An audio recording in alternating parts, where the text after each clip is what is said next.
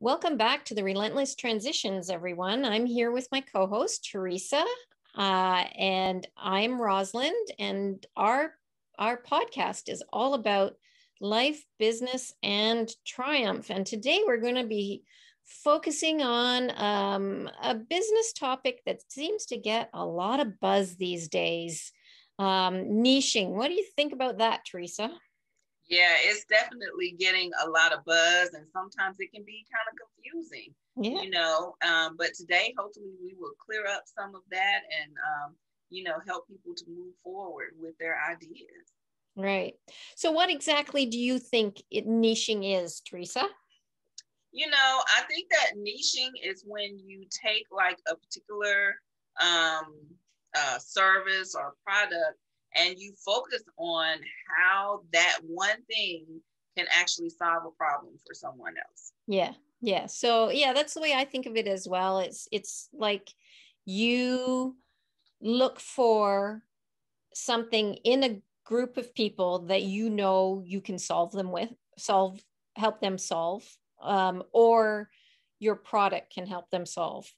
So it depends on, you can help them solve if you're a coach, or your product can help them solve if you're developing a product. And go ahead. Go ahead. And I was going to say, and what we constantly hear is that the niches get riches. Yeah. Niches get riches. So if you niche it down, and if you want to, sometimes it's confusing, like what is a niche? But if you think about it, let's say the wedding industry, because I love weddings. So if you're saying that you want to start a business and you say, I just love weddings, well, niching it, that the love weddings, that would be just huge. That's like something, a monstrosity, right? But to niche it down would be just simply you saying or identifying what about weddings is it that you like. Is it that you like the photography, the flowers, the food, the cake, the wedding dresses? What aspect of working with weddings is it, or what type of service would you really want to provide? Because I can tell you, certainly you don't want to be responsible for the cake, catering, finding the wedding dress, getting the flowers, unless you're like the wedding planner. Then you can kind of touch a little bit on everything, but you're not the person that's responsible for putting the flower arrangements together. So that's what I mean about really, niching it down. What about it is it that you really love? Yeah, and I think part of that in some case can be if you identify a problem that you see regularly at the weddings you go to, and wow, I could solve that problem. I bet you a lot of people have that problem. I could help them solve that problem. That can then become your specialty or your niche. I think that if you really spend a lot of time thinking about this, you can actually become paralyzed trying to figure it all out, though. So, is it okay just to let go of the idea of knowing exactly what your niche is when you're getting started? I really think that it is okay to let that go. Because like you said, they say there's analysis paralysis, but sometimes you can just be you really just don't know. And you're trying to just pick that one thing just kind of out of a pile of things. If you were anything like me and had 20 something ideas, then it's like, what thing is it that really is going to be the one for you? What you can do is just start by just trying several different things, like try one new thing every day or one new thing each week, and see, how do you like that? How do you enjoy doing that? And then once you answer those questions, like what do you want to do? What are you passionate about? And what do you like to do? You're probably going to see that what you like to do and what you want to do, they're very, very similar. And so then focus on that. Then ask yourself, is this something that I can see myself doing week after week, month after month, year after year, right? Because if you don't enjoy it, you're not going to stick to it, and you're not going to put in the work to really make it successful. Yeah. So I really, really, truly believe that your niche can actually find you just by trying those different things. I mean, for me, my niche has sort of evolved over the years. I started out in the coaching industry with a very, very niche market, coaching um, new expats that were moving to Hong Kong where I was living. And then I moved back to Canada. Well, those clients, I could still work with them, of course, but those clients don't exist here necessarily in the place I'm choosing to live right now. So I shifted gears thinking, well, this area has a lot of big name financial services companies. The head offices of some of Canada's major financial services companies are here in this region. So, why don't I start working with financial planners that are just getting into the industry? You know, the ones that are just starting out, that are going to be very fearful, are going to, worry about failure, the fear of rejection and all of that. And I did enjoy working with them, but I actually ended up working with a client who had been a very successful financial planner. She'd been in the industry for like 30 years, and she was at the peak. She'd won all kinds of awards, but she was also in her late 50s. And she said, wait a second, I have spent the last 30 years of my life only building my business and not building me. And that kind of morphed into me finding more clients like that, women who were just confused about where they were in life, or women that spend far too much time in conversation with their negative chatterbox. And so now I've niched it down to working with women like that. And in a way, my life circumstances has led me in the direction, like dragged me along to finding my niche. I didn't go out necessarily seeking what I ended up finding I love to do. And that is the key, right? Is that passion. You talked about that. Rosalind, the same type of thing, happened for me. When I got started, I actually just started meeting with a group of my friends. And at first I thought we were going to do a book club, then an investment club, and then just wanted to get together with my friends to just share information. I thought that we were all really, forward thinking, and just thought it would just be great to once a month get together and chit chat and talk about, what everyone knew about this or that. And that grew actually into a business. I mean, the first day, everyone contributed, but the second month, they were all like, they came with pen and paper and was expecting me to get up and do a presentation, basically. And that went on. And next thing I know, they were inviting other people. And that really launched me into speaking. And then I thought I would write a book that would be a daily word. I actually ended up writing a book about financial fitness. So, as it goes, they say that your customers will tell you what it is that they need from you. So sometimes other people can see in you what it is that your niche is going to be. Yeah. Yeah, for sure. For sure. Yeah. So, I think by not obsessing over the niche, you can do things that actually help you find your niche, right? Like you did, and like I did. I just stumbled into it, and then it was all of a sudden, wow, this is who I am. I can connect to these women better than I can connect to those financial planners. This is where I belong, and really your niche feels like that. It feels like this is where I belong. It feels comfortable. And it feels authentic. And so I think one way to do that is just to get out there and share your story, tell your story like you did with your friends, right? You just started something that felt comfortable to you. Right.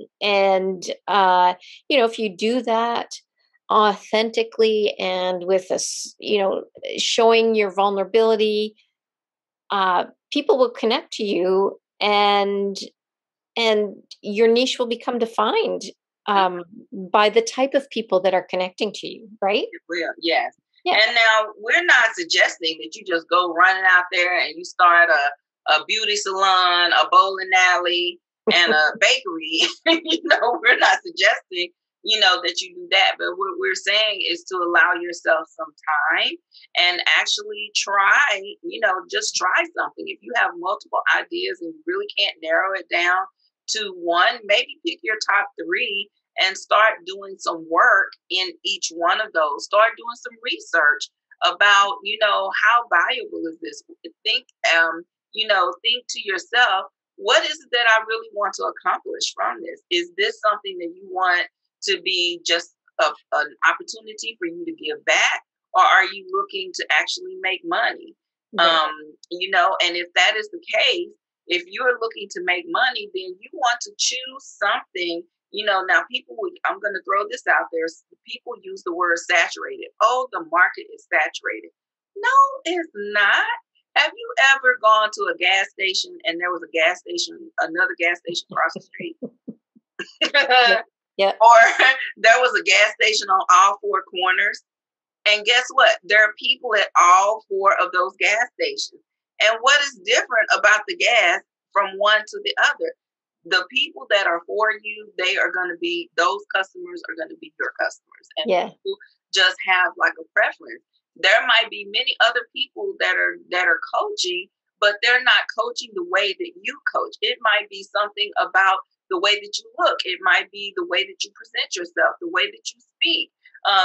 Your spin on things. Rosalind and I, we agree on a ton of things, but we have our own way of presenting it, and we come from different backgrounds. So there might be some that are more attracted to her than they are to me, but that's not true anymore because we're a package deal. No, I'm just joking. Yeah. Well, yeah. But I mean, your example of the gas stations, one of the things that's always recommended when you're developing your business plan and choosing your niche is to research your competition. Absolutely. But don't let it influence you to say, well, I can't do that because there are 3 other gas stations on that corner. You can put that gas station up, but you think about what differentiates your gas station from the gas station across the street. And that's the key. That's what you need to be focusing on. Not the fact that there are 4 other gas stations there. It's absolutely what's going to be different about yours. Right. Because you want something that has a large, marketable or market share, out there. It's like, say, for instance, if your goal is actually to make money, then when you do your research, if you look at it, I actually looked it up today so I can make sure. So if you looked at like the market share or the worth of the weight loss industry, for instance, that it is a $78 billion industry. If you look at books, that is we're at $258 billion industry versus, let's say, basket weaving. And now I don't have any issues with basket weaving. I got some beautiful baskets here in my home, but the basket weaving industry comes in at just under $800,000 a year. So each one of those others, that is how much money is available out there in the market today in those industries. So you don't think that if there's $258 billion out there that I can't get my share of what it is that I need?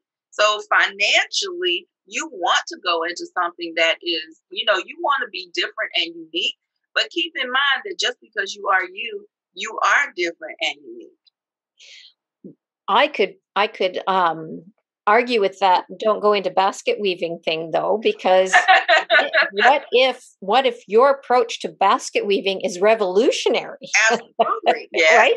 Yeah. So it may be a small market, but if you know how you can revolutionize that market, if you know how you can make that $800,000 market give you $100,000 in the first year you're in business.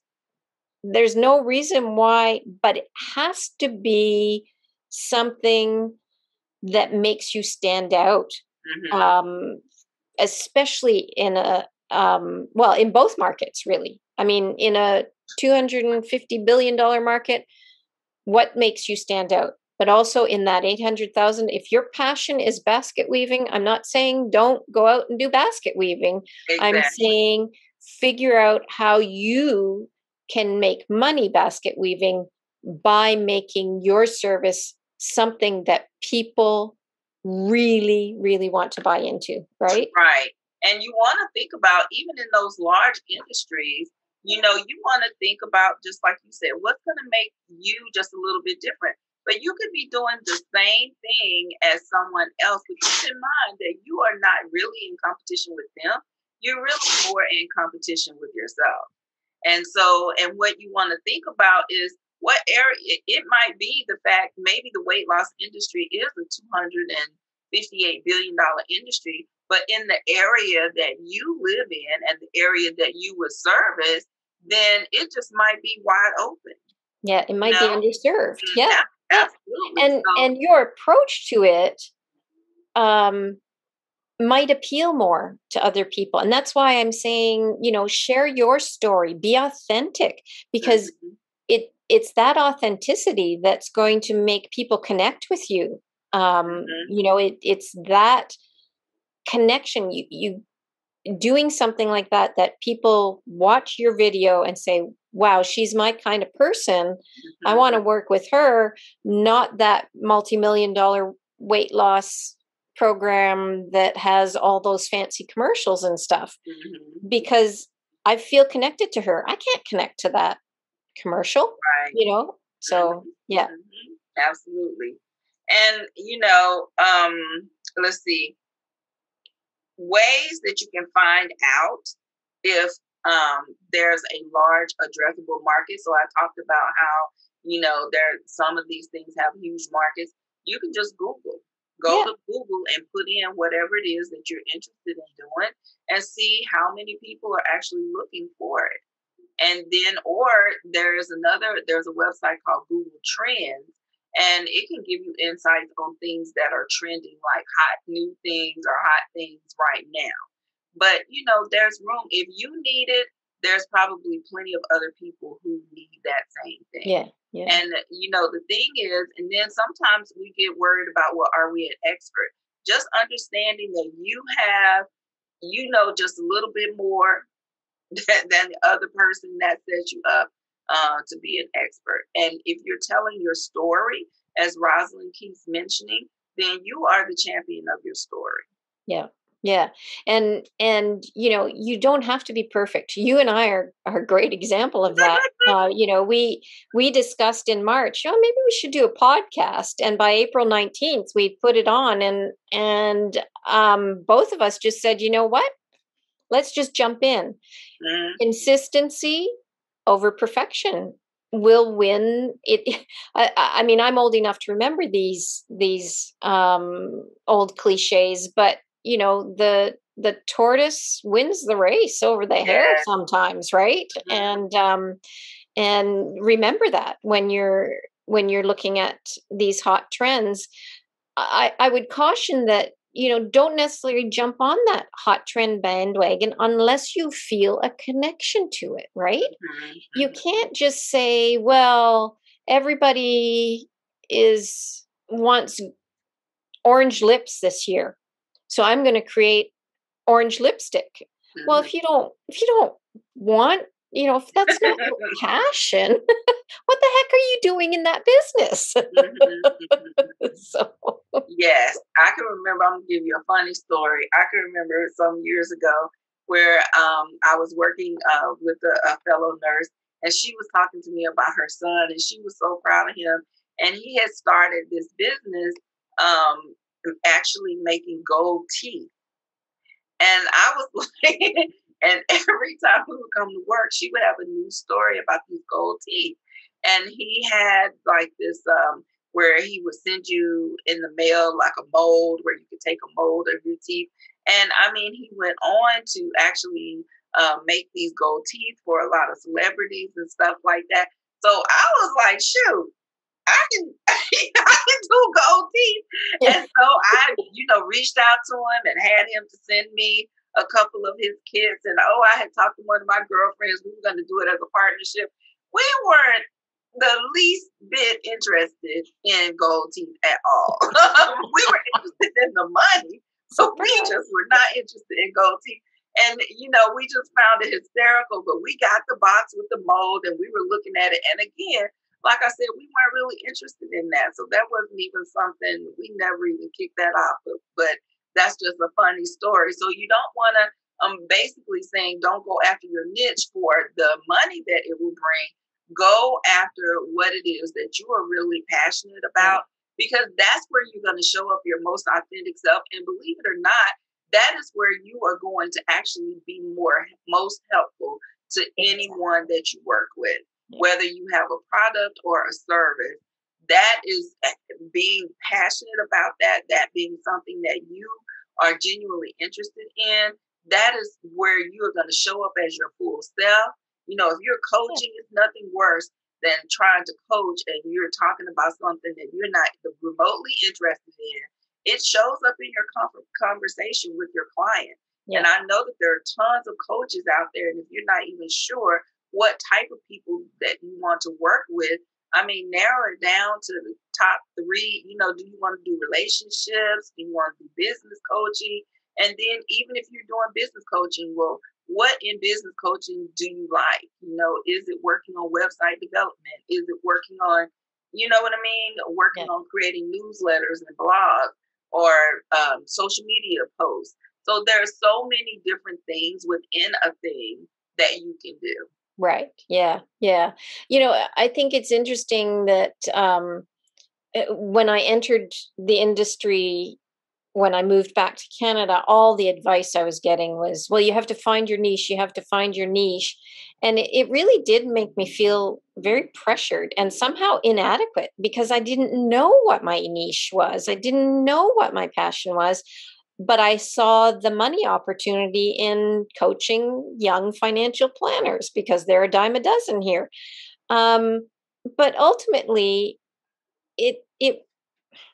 I'm not interested in helping people get ahead in their careers necessarily.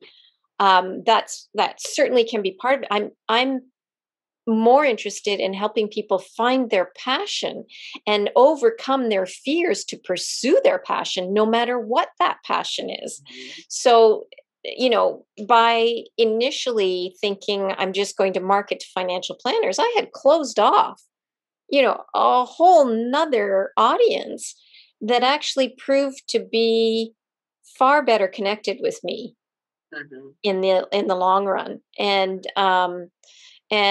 the thing is that, don't let the fact that you don't have a niche hold you back.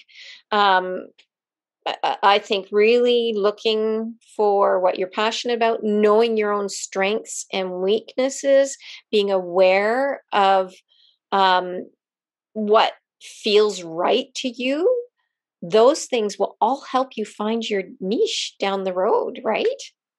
Awesome. Yes. Yeah. Well, you know what, Rosalind? I think that this has been good. These are some great tips. Unless you have something else you want to add, I did want to say that, niching, if you just to piggyback off of what you just said, once you actually find your niche, then it's going to make everything else so easy, because then you will know who are you talking to, like who is your ideal client. So niching and target audience are actually 2 separate things. So we'll do another episode where we'll talk about your target audience. But the way they are connected is your niche helps you to understand how to speak to your target audience. Yeah. And, it's interesting because you can say, when you're starting out your business, say you're oh, you make these most amazing hair pieces. You know, you have a vague idea of what your target audience is. It's people who look for hair pieces, right? Right. But that's all you need to know at that point, right? Until you perfect your story, until you perfect your product, you won't actually necessarily know who your target audience exactly is. You'll have a vague idea, but it really, really evolves as your niche evolves. Yes, it does. It does. And like I said, so I think that our takeaway should be that our customers will let you know what it is that they want from you. Exactly. Good takeaway. Yeah. Yeah. All right. So thank you so much, everyone, for being with us for another episode of the Relentless Transitions podcast. You know, I just have fun doing this. But we're excited that you're here. And if you like this episode, please share with others. Please subscribe. And remember that we do have our YouTube channel, which is Relentless Transitions. And so be sure to head over there and like and subscribe, leave comments. And if you want to reach out to either Rosalind or myself and you have some tips or maybe even an episode topic that you would like for us to cover, please send an email to relentlesstransitions@gmail.com. See you next time. Thanks for listening, everyone.